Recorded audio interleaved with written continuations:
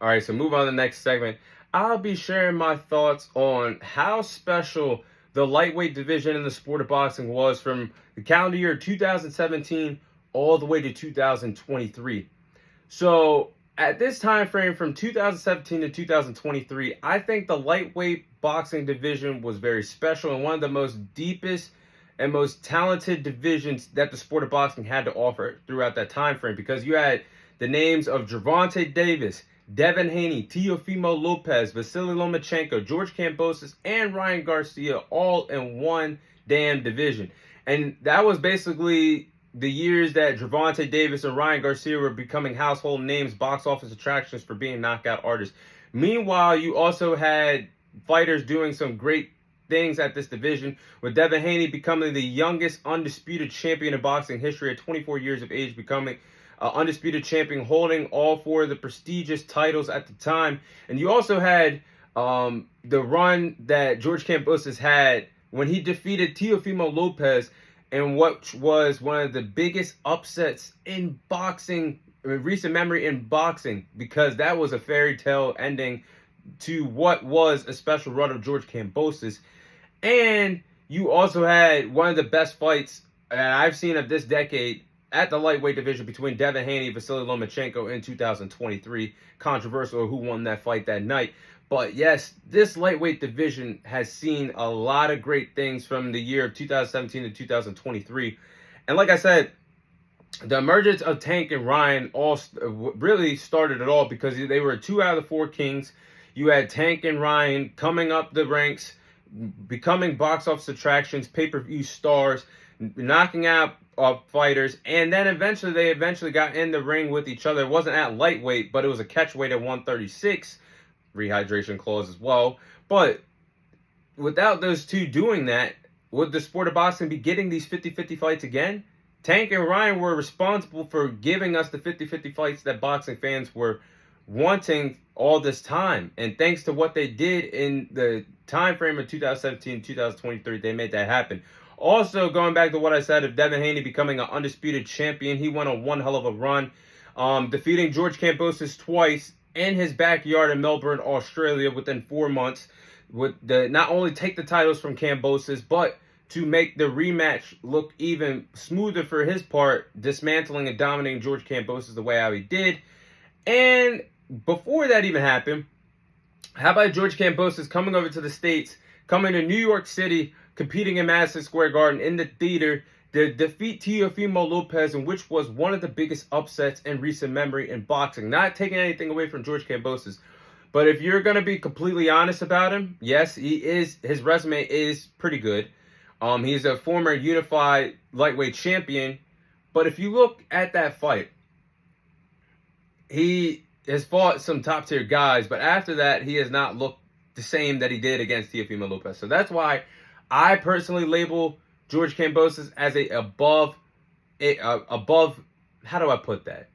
I'll put him above average fighter, like in the C plus range. I say that with all due respect, but George Kambosos coming to the States to take the title from Teofimo Lopez, giving Teofimo Lopez his only loss to this day in his boxing career, that speaks volumes to how special that fight was, with those two respective warriors exchanging blows, both of them being knocked down and fighting all the way to the 12th and final round. But there are some regrets that I do have from this division from 2017 to 2023, because it was one of the deepest divisions in the sport of boxing. But don't get me wrong, there were some regrets that did occur at this division, because this is probably going to be the only time you ever have the 4 kings compete in one division, that being the 4 original kings of this new era of Gervonta Davis, Ryan Garcia, Devin Haney, and Teofimo Lopez. I don't think they'll ever be in the same division again, all 4 of them at the same time, because Tank will not be moving up to 147 like those 3 respective fighters are. But Ryan is the only guy, I give Ryan Garcia a lot of credit, because he's the only guy to get in the ring with at least 2 out of the 4 kings. He fought Gervonta Davis, rehydration clause or weight or catch weight or not, he still got in the ring with him. You gotta give him credit for that. He also got in the ring with Devin Haney last year, and he's probably he definitely is going to rematch Devin Haney by the end of 2025. But with all these fighters in the same weight class, I'm surprised that there wasn't a 4-man tournament to see who is the best out of these 4 respective fighters, because it was there. It was there, and all 4 of them I don't think will ever be in the same division again in the sport of boxing. So I have to say that's a huge regret that happened at this lightweight division.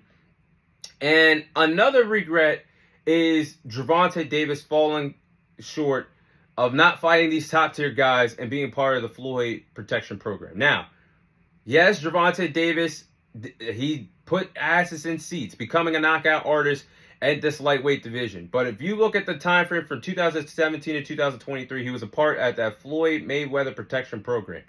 And what I mean by that is Floyd had full control of Gervonta Davis's career. He had a vice script of who Gervonta Davis was going to fight next, when you should have had Gervonta Davis fighting the best of the best at this division at this time frame, because this division had Devin Haney, Teofimo Lopez, Vasily Lomachenko in his prime, and Gervonta Davis could have easily snatched those unified titles from George Kambosos easily if Floyd Mayweather actually believed in him. And that's why I said to this day, Gervonta Davis has a B+ resume, and the names on his resume aren't bad, but he had the opportunity of a lifetime to fight these guys at this division and possibly could have beat them all, as he was the top guy in terms of being a box office attraction, bringing in the pay-per-view numbers compared to these other guys who were fighting for free on ESPN Top Rank at the time.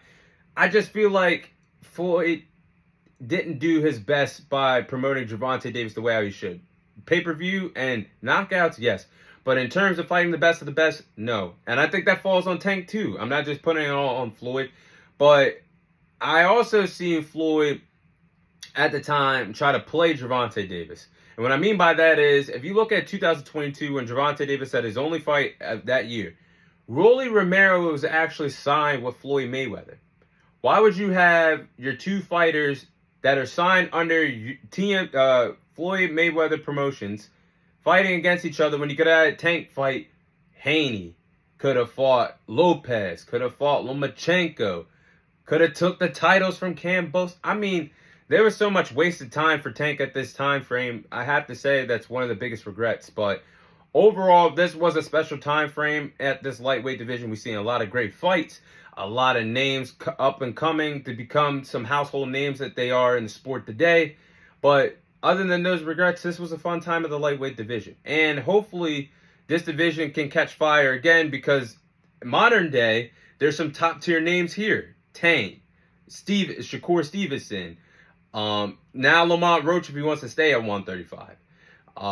Keyshawn Davis, still Vasily Lomachenko. There's so many fights to be made, but I feel like if those fights that I just mentioned were made for Tank, and we got Haney and Lopez and some other names fighting against each other, it would have made this division the best division from that time frame. And I have to say that the welterweight division at that time, from 2017 to 2023, was a better division, because you got more 50-50 fights and the fighters weren't afraid of the smoke there compared to what the lightweight division gave us. But those are my thoughts on the lightweight division from 2017 to 2023.